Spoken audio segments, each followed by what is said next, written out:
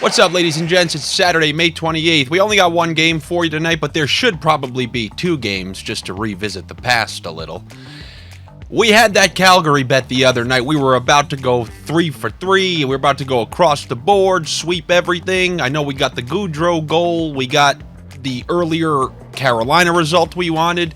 And then because of the ludicrous Blake Coleman callback on the goal, we ended up still on the plus side of the night, but it would have been a full raking sweep across the board, which meant I wouldn't have to try to push some chips in on St. Louis. Hey, look, that was a calculated gamble last night. Before the holiday weekend, you take the Blues by 2. When they were up by 1, you had that breakaway and then that empty net where the Avalanche defenseman stopped the puck from going in. So I stand by that calculated risk to get you guys some money for the holiday weekend. Didn't work out, so that's why we're here on Saturday to try to remedy the situation. I do have some bets for you, and fortunately, they're not going to require a lot of foresight or thought other than the props. So here's a really easy calculation for you. You want $200? Bet $10 on any of these games, and then you'll get $200 in your bank account courtesy of BetMGM. All you got to do is click that link down below or go to BetMGM and use the promo code OSNHL. You bet on a game. Doesn't matter if your team wins, loses. If either team scores a goal, you're getting $200 credited into your account for either Game 7 in this series or the Western Conference and Eastern Conference Finals. But about that Game 6 tonight, let's start with the part that's the easy part, the part that we've been saying since Game 1 and the part that's been paying us since Game 1. Until I see something change, I'll be taking the home team. Sorry. You know, someone said to me before last game, you could see this on my Twitter, law of averages, Andy. It's going to even out. Yeah, that was a nice Carolina win. You know what I just got last night from another guy? Law of averages, Andy. Sorry, buddy, but if I'm running a red 12 streak on roulette, it's going 12, it's going 12, it's going 12. I'm running the streak until it's dry. And that's what we're doing. We are taking the New York Rangers. I've seen it flip-flop between minus 110, minus 115. Just saw it's back to minus 10 on 110 on game day. So I'm running with those Rangers.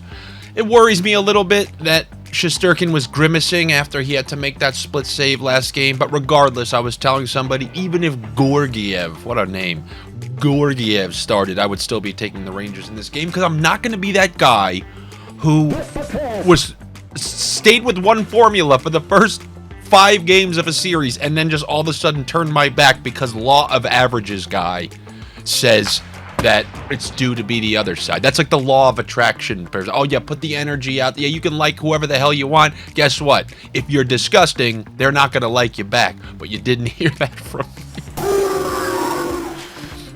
Speaking of disgusting, a guy that I hated earlier in his career is Chris Kreider. I hated the guy. Why? Because I'm an Islander fan.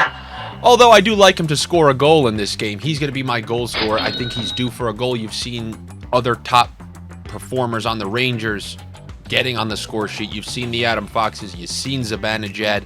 I think it's time for Chris Kreider to make his impact felt in this series, whether it's on the power play, because their power play is connected in 3 straight games, or even 5-on-5. I like that top line at home when they can get away from Stahl. You saw it last series with the Bruins top line, and now this series with the Rangers top line. When they're at home, they have much more success, not just on the power play, but 5-on-5. If you want to bet a second goal scorer, I think Artemi Panarin's due, but my number one, and you get twice the odds on it, but I do like Chris Kreider for a goal in this game. And then it's just a guy, I do not think he has much talent. I'm going to bet this one. I don't want to include it in my official picks. Whether this is the last game of the series or there's a game 7, I'm betting against Ryan Strome to score a point. I have no faith in his talent. And I will be taking the under on half a point for Ryan Strome. On the other side, Sebastian Aho, he's been struggling the whole playoffs on the road. You've seen great flashes from him at home, but not so much at all in this series. I know he had that game 1, heroic moment. But where has he been this series? You're not seeing him take over this series whatsoever, even more so on the road when he has to deal with top defensive assignments. So I'm betting against Sebastian Aho to score a point for plus money. And then when it comes to these games that have been on the road for the Hurricanes, every single game, I mean, I'm trying to think back to the Bruins series. It's under 2.5, under 2.5, under 2.5. I don't think they've ever topped 2 goals on the road. And I think now we're talking, 5 games? So they haven't got a win in 5 games. They haven't topped 2 goals in 5 games on the road. So give me the under 2.5 goals for the Carolina Hurricanes. All right, and if I lose those, then so be it. But that's what I got for you on this day. I got the New York Rangers money line. We got Chris Kreider scoring a goal. We got no point for Sebastian Aho, and we have the under 2.5 goals for the Carolina Hurricanes. We'll see who makes it out of this series, but I have a great feeling for that Western Conference final.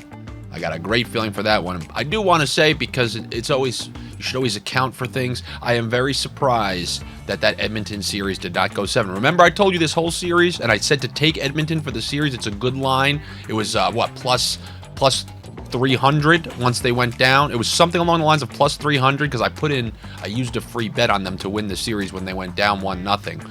I thought they were going to take it in 7. I would love to see how it would have worked out if that Coleman goal would have counted, but unfortunately it didn't.